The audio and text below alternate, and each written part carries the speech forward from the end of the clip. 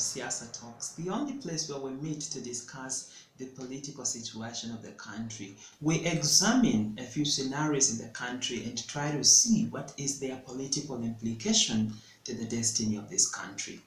Ladies and gentlemen, today we will look at something that has been making headlines all over the place, and this is basically Jubilee politics, the intrigues within Jubilee House, and what could they be telling about our political future.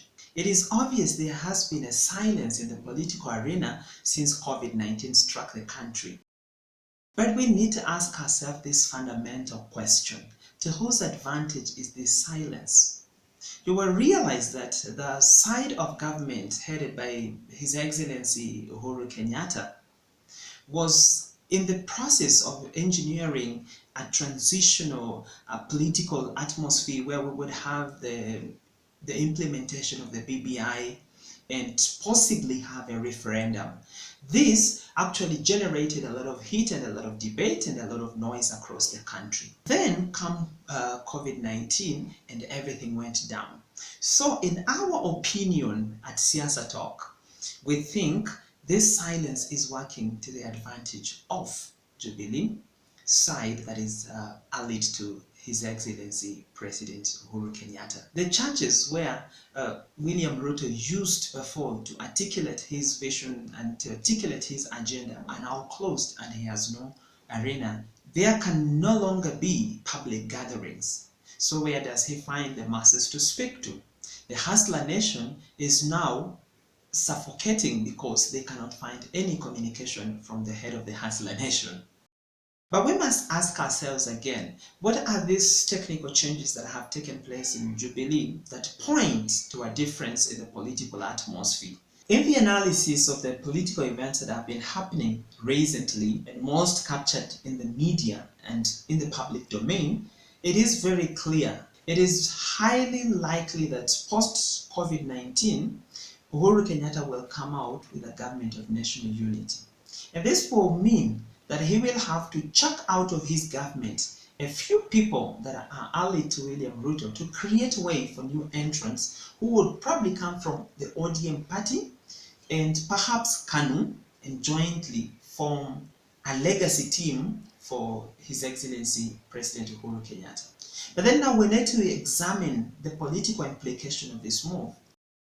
This move will mean Uhuru Kenyatta will have completely vacated from his gentleman's agreement with William Ruto, and he will be focusing on politics of legacy. How is William Ruto going to react to such a move in case it happens?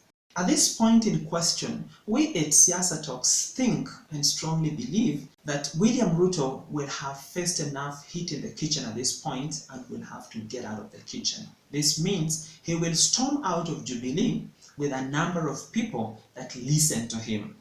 But looking at the scenario where a lot of people will have lost positions both in the National Assembly and in the Senate and in the ministries that belong to William Ruto, what is power without control?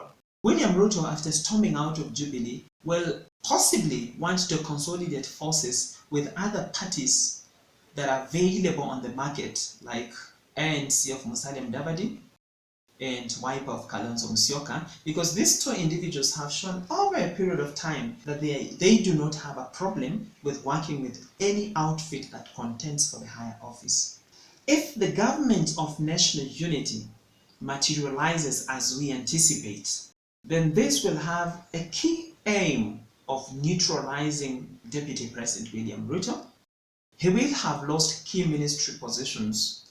He will have lost positions of influence in the National Assembly and in the Senate. This creates an environment for a man with power but with no control. And this will probably change the whole game plan for 2022 when Ruto eventually loses power or loses control of it.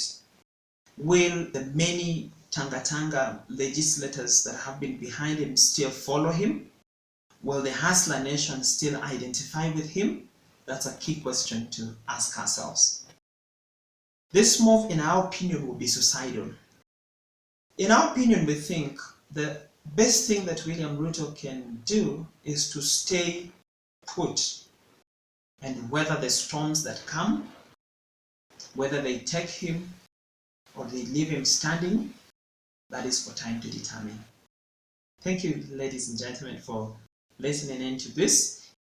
And for more of this content, kindly subscribe, like, and share. Till next time.